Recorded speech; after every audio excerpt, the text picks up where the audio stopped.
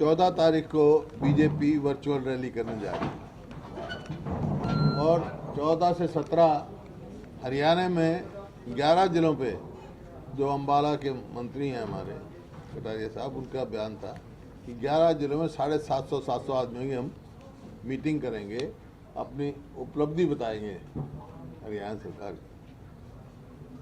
भाई, जब कोई आदमी गुजर जाता है, MHA के डायरेक्शन है, तो किसी का निधन होता है 20 से ज़्यादा नहीं इकट्ठे होते।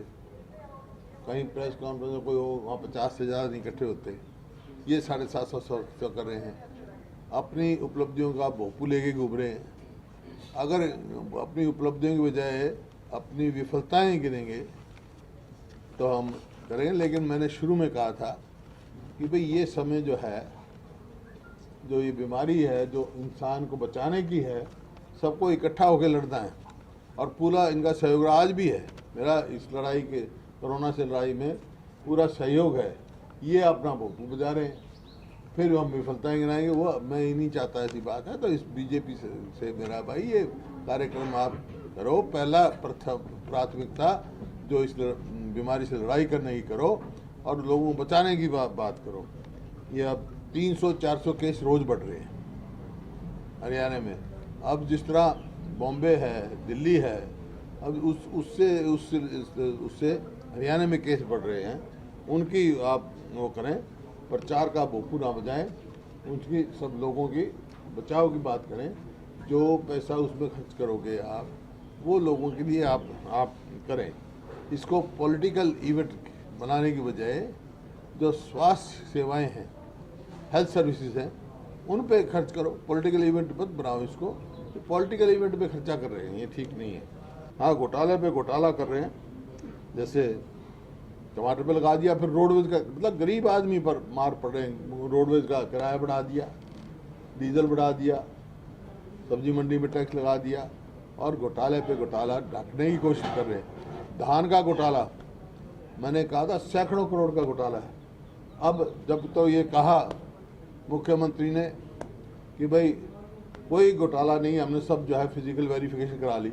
अब आज ही FIR दर्ज हुई है। एक राइस मिल में 6 करोड़ का घोटाला हुआ है। इतनी, मतलब फिजिकल वेरिफिकेशन करा दी, आज FIR दर्ज हुई है क्या कि भी वैसे नकली फिजिकल वेरिफिकेशन कराई। इतना घोटाला, ना धान आया ना गया और पेमेंट हो गई।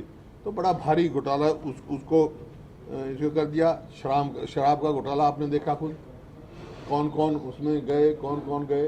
अब वो घोटाला हुआ, अब नया शराब का घोटाला हो रहा है। हमने कहा था भाई, शराब की जो 200 रुपये की बोतल है वो तो 400 बिक रही है। प्राइस लिस्ट किसी पे भी ठेके पे नहीं है। ये कीमत होती है, तय होती है।